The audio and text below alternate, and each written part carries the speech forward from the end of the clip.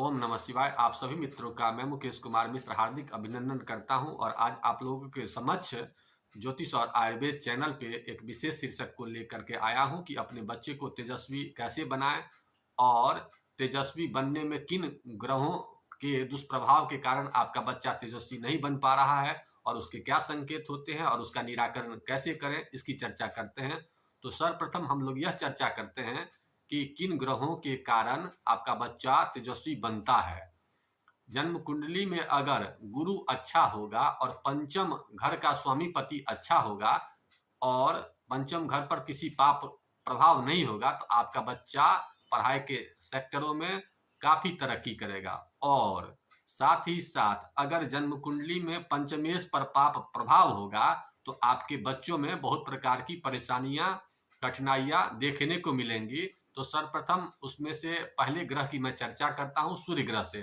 सूर्य ग्रह अगर पंचमेश हो और वो छठे, आठवें, 12वें या किसी पाप ग्रह के प्रभाव से पीड़ित होगा तो बार बार वैसा बच्चा समाज में प्रतिष्ठा की हानि करवाएगा। आपके अगल बगल के लोग या स्कूल में आपके जो भी शिक्षक होंगे वो आपको हमेशा बताएंगे अपने आपके बच्चों का कंप्लेन कि आपका बच्चा ऐसा करता है, ऐसा निगेटिव काम करता है। तो आप समझ लें कि उसकी सूर्य कमजोर है। नंबर 1 सबका मैं आगे चल के उपाय भी बता देता हूं, पहले संकेत बता देता हूं। दूसरा संकेत, अगर आपके बच्चे का चंद्रमा कमजोर होगा, चंद्रमा पर पाप प्रभाव होगा तो वैसा बच्चा केवल निगेटिव सोचेगा, बार बार पढ़ने के लिए बैठेगा लेकिन उसकी एकाग्रता में कमी होगी और वो पढ़ाई करने के लिए जाएगा और पढ़ाई के प्रति उसका ध्यान कम होगा, बाकी चीजों पे उसका ध्यान ज्यादा होगा। तो समझ लें कि वो बच्चा चंद्रमा ग्रह से पीड़ित है और उसे उसकी जरूरत है उपाय करने की। तीसरा ग्रह मंगल होता है। अगर मंगल ग्रह कमजोर होगा, मंगल पाप पीड़ित होगा तो आपके बच्चे में गुस्सा बहुत ज्यादा होगा, उसको हमेशा मांसाहार के प्रति विशेष लगाव होगा। तो समझ जाएं कि बच्चे का मंगल के कारण परेशानी है और आगे चल के अगर इसका निराकरण न करेंगे तो आगे चल के उसे शिक्षा के क्षेत्र में बहुत बाधा आएंगी। इसके अलावा बुध ग्रह अगर कमजोर होगा तो वैसा बच्चा हरी सब्जियों से दुश्मनी रखेगा, साथ ही साथ मैथमेटिक्स में वो पढ़ाई करने के लिए आएगा तो उसे समझ में ही नहीं आएगा। तो समझ लें कि बुध ग्रह कमजोर, अगर उसकी कोई बहन वगैरह है तो उसे बार बार झंझट करेगा। तो समझ जाएं कि बुध ग्रह कमजोर है। इसके साथ गुरु ग्रह कमजोर होगा तो क्या क्या संकेत होंगे इसकी भी जानकारी ले लीजिए। गुरु ग्रह कमजोर होगा तो वह बच्चा किसी भी बुजुर्ग का सम्मान नहीं करेगा, धर्म से बैर रखेगा, धार्मिक कार्यों में उसकी रुचि बिल्कुल भी नहीं होगी और किसी भी आदमी को प्रणाम तो कर ही नहीं सकता है।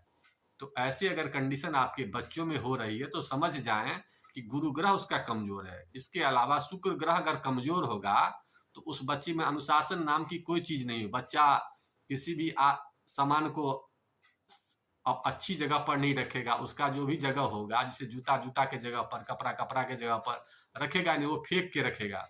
तो समझ जाएं कि उसका शुक्र खराब, मतलब कि उसका अनुशासन नहीं है।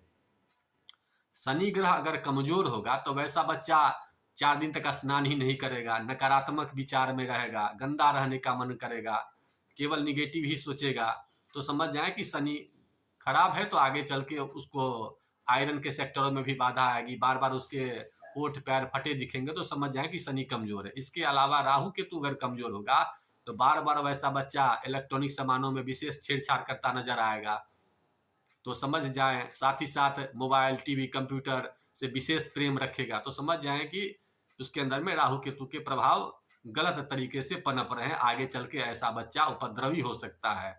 तो इन सब उपायों को समझने के बाद अब हम इसकी उपाय पर चर्चा करते हैं। लेकिन उससे पहले मैं आप लोगों को एक टास्क देना चाहता हूं कि अगर हमारा चैनल आप लोगों को अच्छा लगता है तो सब्सक्राइब जरूर कर लें और अपने मित्रों को भी इस पर आमंत्रित होने के लिए कहें, क्योंकि मैं आने वाले दिनों में बहुत ऐसे टॉपिक्स हैं जो सामान्य घरों में समस्या है उसी पर चर्चा करना। जैसे विवाह में बाधा का क्या कारण है, सूर्य ग्रहों के उपाय को कैसे ठीक करें, आपका बच्चा सरकारी नौकरी में कैसे जाए, व्यापार कैसे करे, व्यापार में बाधा का क्या कारण है। ऐसे बहुत सारे घरेलू टॉपिक्स हैं जिस पर में हम चर्चा करने वाले हैं। अतः आप लोगों से निवेदन है कि खुद भी करें सब्सक्राइब और मित्रों को भी सब्सक्राइब करने के बोले। अब हम लोग उपाय पर चर्चा करते हैं कि अब हम लोगों को शिक्षा में बाधा आ रही उपायों को कैसे सही करना है। तो पहले मैं सामान्य उपाय बता देता हूं कि सामान्य उपाय कैसा होना चाहिए।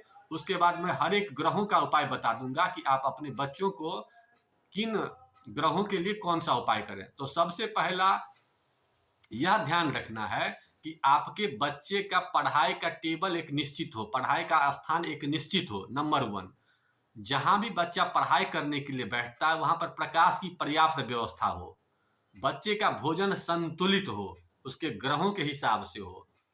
ये 2-3 चीज सामान्य सभी धर्मों के लोग कर सकते हैं। और बच्चों का भोजन कैसा हो ग्रहों के हिसाब से। अब मैं इसकी चर्चा करता हूं। सूर्य ग्रह के कारण अगर आपके बच्चों में परेशानी हो रही है तो ऐसे बच्चों में नित्य दिन उगते सूर्य के दर्शन को जरूर करावें। नंबर 1, उसके भोजन में गाजर की मात्रा जरूर होनी चाहिए जब गाजर का समय का सीजन हो। दूसरा चीज, उसके भोजन में काजू के भी 1-2 दाना जरूर बच्चे को देना चाहिए। सूर्य के कारण अगर कमजोरी है तो उस बच्चे को पानी तांबा के बर्तन में या पीतल के बर्तन में देने का प्रयास करें। अब चंद्रमा पर बात करते हैं। चंद्रमा ग्रह अगर आपके बच्चे के जन्म कुंडली में कमजोर है तो उसे सबसे पहले पानी को उचित मात्रा में पिलाने के लिए प्रेरित करें। नंबर 1, जब भी पढ़ाई के लिए बैठे, चंद्रमा कमजोर हो तो पानी एक बोतल में उसके लेफ्ट साइड में जरूर रखें। तीसरा उपाय मंगल के लिए, मंगल अगर कमजोर होगा तो उस बच्चे को मांसाहार भोजन बिल्कुल भी न दें, क्योंकि पढ़ाई में जैसा अन्न खाएगा वैसा ही मन होगा। तो मांसाहार क्रूड वस्तु होता है, अतः उस पर ब्रेक की जरूरत है। इसके अलावा बुध अगर कमजोर होगा तो बुध के लिए आप ये कर सकते हैं कि उसके पढ़ाई के टेबल पर इलायची जरूर रखें और हरी सब्जियों अपने बच्चे को जरूर खाने के लिए दें। पालक दें, उसके बाद कोई भी हरी सब्जी जो उसको अच्छा लगता है। अगर वैसे नहीं खाता है तो उसका सूप बना के दीजिए, लेकिन ये आपके ड्यूटी है कि उस बच्चे को हरी सब्जी जरूर दें। इसके अलावा गुरु अगर कमजोर होता है तो आपका बच्चा अगर कोई भी मेहमान वगैरह आते हैं तो उसको पैर छू करके प्रणाम करने की आदत डालें। भोजन में आजकल चला हुआ है मैगी चाउमीन, तो मैगी चाउमीन अगर बच्चा खाएगा तो उसका लीवर कमजोर होगा, और लीवर कमजोर होगा तो गुरु कमजोर होगा, और गुरु कमजोर होगा तो शिक्षा में बार बार बाधाएं आएंगी। परीक्षा के समय में बुखार हो जाएगा या कोई अच्छा से लिखेगा भी तो भी नंबर कम आएगा। अतः गुरु को मजबूत करना कंपलसरी है और उसके लिए भोजन को जरूर ही संतुलित रखना है। तो मैदा, मैगी वाला चाउमीन, ये सब चीज बिल्कुल भी नहीं खाना। चीनी का सामान, ज्यादा नमकीन सामान भी नहीं खाना है। ऐसे कंडीशन में गुरु और भी खराब हो जाएंगे। इसलिए गुरु के बाद चर्चा करते हैं शुक्र की। शुक्र के लिए अनुशासन। वैसे व्यक्तियों को अनुशासित कार्य करना चाहिए, अपने आप को सजा करके सुंदर बना के रखना चाहिए, लेकिन ये ध्यान रखना है कि ज्यादा फैशन भी नहीं करना है, क्योंकि बच्चे का संपर्क पढ़ाई से होना चाहिए, तो पढ़ाई में अनुशासन होना चाहिए। उसके बाद चर्चा करते हैं शनि की। वैसा बच्चा जिसका शनि कमजोर हो तो उसको देर रात जागने के लिए प्रेरित मत करिए, देर रात पढ़ने के लिए मत बोलिए, नहीं तो आगे चल के पढ़ाई तो करेगा कि हम 4 बजे तक पढ़ते हैं, लेकिन उसके मेमोरी में आएगा नहीं। परीक्षा में जाएगा परीक्षा देने के लिए, वहां पर लिखते समय भूल जाएगा। तो ऐसी कंडीशन में जिनका भी शनि कमजोर हो उनको देर रात जागने के लिए बिल्कुल भी मत बोलिए, और उनके आयरन की सामान ज्यादा बोलिए खाने के लिए। इसके अलावा राहु केतु के कारण अगर कोई समस्या हो तो ऐसे बच्चे को हमेशा ये ध्यान रखिए कि इलेक्ट्रॉनिक सामान से दूर रहे और उसके भोजन में धनिया की मात्रा को कुछ बढ़ा दीजिए और चंदन के सुगंध का प्रयोग उसको रेगुलर कराइए।